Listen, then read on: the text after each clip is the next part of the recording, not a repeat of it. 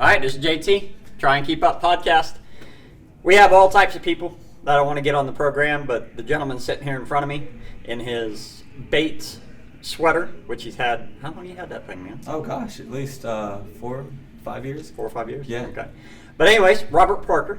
And I want to make sure we get Robert Parker because he's, in my years of doing this, Robert's one of the key people that's changed my direction along the way, just simply by letting me ride with you coming up to my rock. Oh, you're welcome for that. All right. Yeah. So, before we get into some of the stories, tell us, let's start with Ricky Gadsden School, because I think that's pretty much where everything kind of kicked off for you. Yeah.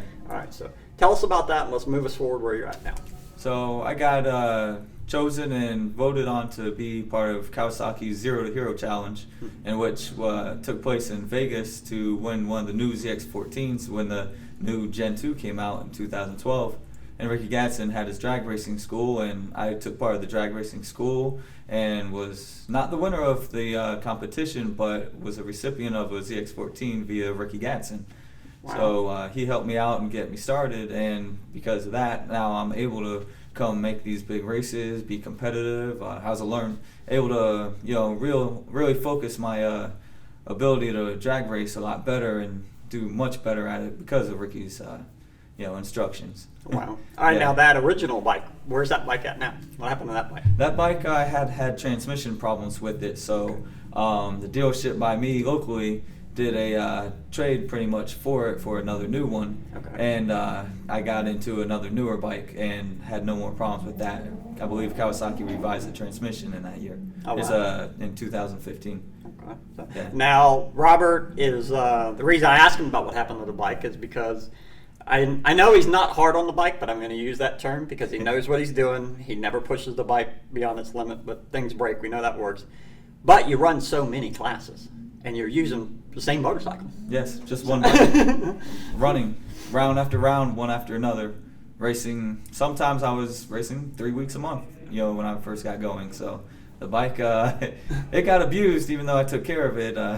It was a good workhorse, and this new one still is too. Okay. Yeah. Now it's April 25th, 2021. We're at XDA, the opening event. And how many classes are you running for this series this year? This series I'll be running four classes: the Bracket Bash, the Pro ET, Street ET, and 560. Okay. All right. Now, the one interesting thing we got from this weekend is that JT Norton, which is made possible by Snitz Racing and Dragbike.com, who support what I do. I don't know why, but I love when people hit perfect lights. So we do a first to perfect on Saturday and Sunday. So whoever gets a perfect light on Saturday, the very first person that does it, win or lose the pass, they get a perfect light, they get $100. Robert pops it right out of the gate on Saturday. Yeah. And that actually was my first pass of the whole weekend. So right out the gate, that was a good start. So it's a good way to get some $100 change. Now, I know the answer to this question, but most of the listeners don't. And it's one of my favorite motorcycles in drag racing is that your dad also drag races on a very unique motorcycle. So we got to make sure we get a plug to the man, and because the thing sounds like a swarm of hornets when it goes down. Oh, yes. Tell us about your dad. Yeah, my dad, Garrett, he has a 1968 RD350, which he has owned for all the years since he's bought it. And that little two-stroke, he's done all sorts of things. He's welded, changed cylinders, used pistons from different model bikes, different units. I mean, everything you can imagine he's done to it. And he continues to this day. Does all kinds of port work to bikes all around, 4-strokes, 2-strokes. It's just something he does. He's been a welder. That's been a trade he's been good at for many years. So he's known what he can do and get away with. All right, now your mom, so she knows her way around a wrench. Yeah, my mom, she's always worked at automotive shops for her whole life, at engine repair shops, and she knows cars inside and out. My parents, both of them, my mom and my dad, they could both tell me just as well what I need to do on cars. My mom would help me out too. My first car was actually a Chevy Camaro Z28. I hate to admit this, but it was my first car. It was carbureted, so I had no experience with that. And there were a lot of mornings going to work, I could not start the car. I'd flood it, I couldn't get it going. I'd be calling my mom to come start the car for me just so I could get to work. So clearly that, because Robert is one of the racers that does his own tuning. You work on your own bikes. Yep. You can, I know pretty much about 90% of it you can do on your own. Isn't it like the internal core, like transmission stuff? Yeah, I do everything. I mean, all the way down through? Yep, even surfacing heads, blocks, all that stuff, honing it. Do everything. Now, actual like transmission work, cutting the gears and stuff like that, I send to somebody else. That's a little more specialized setup you're gonna need right there. So I don't do that. Do you think that gives you an advantage when you can do all that? Does it really? I mean, obviously you've got to race. You've got to know how to operate the bike, get down the track. But do you think that also gives you an advantage when you have all that additional experience? I believe it does. For anyone with the experience like that. You may hear something or notice something with a bike, and having the mechanical experience, you might know there's an issue or upcoming issue you can see coming down the line, or something you may have a hiccup and you can pick it up because you hear or feel something. Where someone who isn't familiar with the engine, it's just noise, so they just ride it till something doesn't work. And then they have to describe it to somebody else. Yes. And that person has to figure it out. Whereas you can be more proactive, having the knowledge where you can catch it before it breaks. Someone else may not be able to. Okay. All right, we've touched on a couple people in Robert's life, but there's another one we're going to touch on. Miss Penguin herself, yes, Keenan. So she couldn't be with us this weekend because she did go down in Orlando, unfortunately. So, but she's doing good. She's healing up. And how'd y'all meet? We met through my cousin and her brother, who were friends at the time. And one day we met, and I was headed over to my cousin's, and she was there. And my aunt said I was headed over on my street bike. So I came up, and I showed up on a street bike, but it was not even as high as your knees. I had a little pocket bike. I used to run all around the neighborhoods doing wheelies and stoppies and all the crazy stuff I could do, and that's what I showed up on, and that's what she first met me on. Not knowing the kind of person I was. Yeah, apparently she figured out I was a little crazy. Yeah, she's tough as nails, and she's a personality all her own, and that's what we love about her. Mm-hmm. Now she got into racing officially a couple of years ago. Yes. Correct. Okay, and then huge progress. Because Yes. I remember when she wasn't doing burnouts. Now she's doing burnouts. So Oh, yeah. Now she's got some healing. So Yes. we know Keenan. She's tough. She'll be back, of course.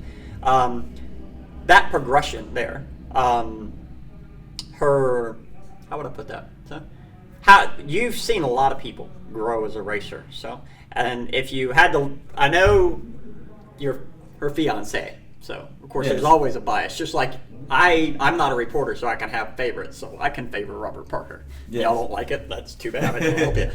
So I can play favorites. That her progression. How would you compare that to, let's say, what you did as you were progressing, and how would you rate that progression in her? I'd say from where I started to her started, her progression was probably a lot quicker, being that she was around dirt bikes as a kid, and her dad getting her on dirt bikes, and watching her dad go to races, and then coming to the races watching me for years, and watching everybody, kind of seeing the behind the scenes for everybody, as a spectator watching. She's able to pick up and hear everything everyone talks about. So as she was learning, she was able to give a lot of feedback, and the more feedback she was giving, the quicker I saw her improve. Okay. She started being able to come back and say, hey, when I launched, I held the clutch too long. I let it bog too much. All kinds of things. Well, that's good. She had that experience to build Yes. off of. That's great. So now, when was it, 2013? When we first started running races? Yes. I started riding up with you. It was actually a gentleman named Mark Scappaticcio. Yes, That Mark. told me about you. And he said, dude, he goes, you got to pair up with Robert Parker, because he goes to this other series, My Rock, and Jason Miller, and then we're in control of it at that point. And of course, we started riding up, and many cold nights, many getting rained on, so just about every environmental condition you can think of. So I think with us together, for me, I think probably Muncie, Indiana was the coldest. Yes, So, that was damn definitely wind. the coldest. Oh, God, that was brutal. Dreaded cold with the wind. It just penetrated you to the bone. You couldn't really warm back up. Oh, it was the track temperature. It was a Yes. nightmare. We still had a great time. I mean, it was NHDRO. Brian Yeah. Welch and Mickey Welch do a fantastic job with their series. Yeah, And, the races were great. That's when he Everyone launched was- that app too. So that first app. when Yeah. they started using his app, which is great. So we've, me and Robert's had plenty of adventures. So if y'all want to wonder what got me into it, Robert would be technically the second person in line that got me into it. Mark Scappaticcio got me into it first, and then Robert is the one that brought me to the national stage. So that's why, for me, it's so important to make sure you're part of my podcast. Yeah. Because everybody has key people in their life, and you're definitely one of them. The one thing I will note about Mr. and this future Mrs. Parker, Robert Yes. and Keenan, is that what I like about him is that when we first started hanging out in 13, driving up, coming back, to now, their relationship is the same. So they still have the same passion for each other now than the first year I met them. So, Yes. and to me, for me personally, that's something, unfortunately, in my life, I haven't been blessed enough to find. But they really do complement each other well. So Well, thank you. And We appreciate that. she gets passionate. So Yes. and But I like that she doesn't hold back. She, No. you know, her feelings are her feelings, and she lets you know, and that's perfect. You know, Yeah. no reason to hold back feelings, right? it's a good balance Yeah. too, because she'll wear it on her sleeve, but she has no problem pulling it off your sleeve and smacking you upside Yes. the head with it. But then you got Robert over here saying, okay, it's a great balance. Sometimes I try to mediate a little, but I understand where she comes from, and sometimes I have to let her do what she's gonna do, and Yeah. you know, she's got to put her foot down. But they're great people. For 2020, we just got done with the awards ceremony here at XDA, and you did quite well in 2020. Yeah. So you got your second place in Crazy 8, and Yeah. we were. Okay, I'm going to touch on this one a little bit because Crazy 8, that last year was the last year they had it, and you've been working so hard for Crazy 8. And I love Dustin to death, and I love Spencer to death, but I wanted them two guys to get knocked out so early. So you did that first one. Oh, I was nervous. I knew them. If anyone could do it, them guys. There's a couple other racers that were in line for it too, and I knew they could go round. So, I was nervous at first, that first round too. And what happened? I made a pass earlier in the morning, and the bike went 860s, way faster than I even thought it would go. So Yeah. I wasn't sure what the bike was going to do. So I was afraid and just tried to go out short shifting, which worked against me, and my bike slowed me down too much. And that's when I went out too early in the rounds. So, like I said, I can have favoritism. I mean, I Yeah. love Dustin and Spencer; they're great guys. But the competition level in Crazy 8 is just unbelievable. So, Yeah. I mean, to be in the 10th spot is a feat in itself in this series because it's such a massive series. But to pop second place, Yes. I mean that's.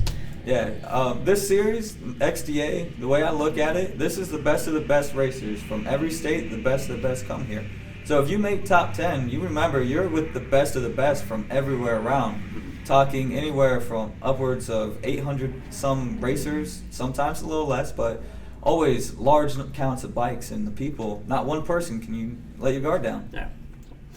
All right. Now, and then you got, was it 9th?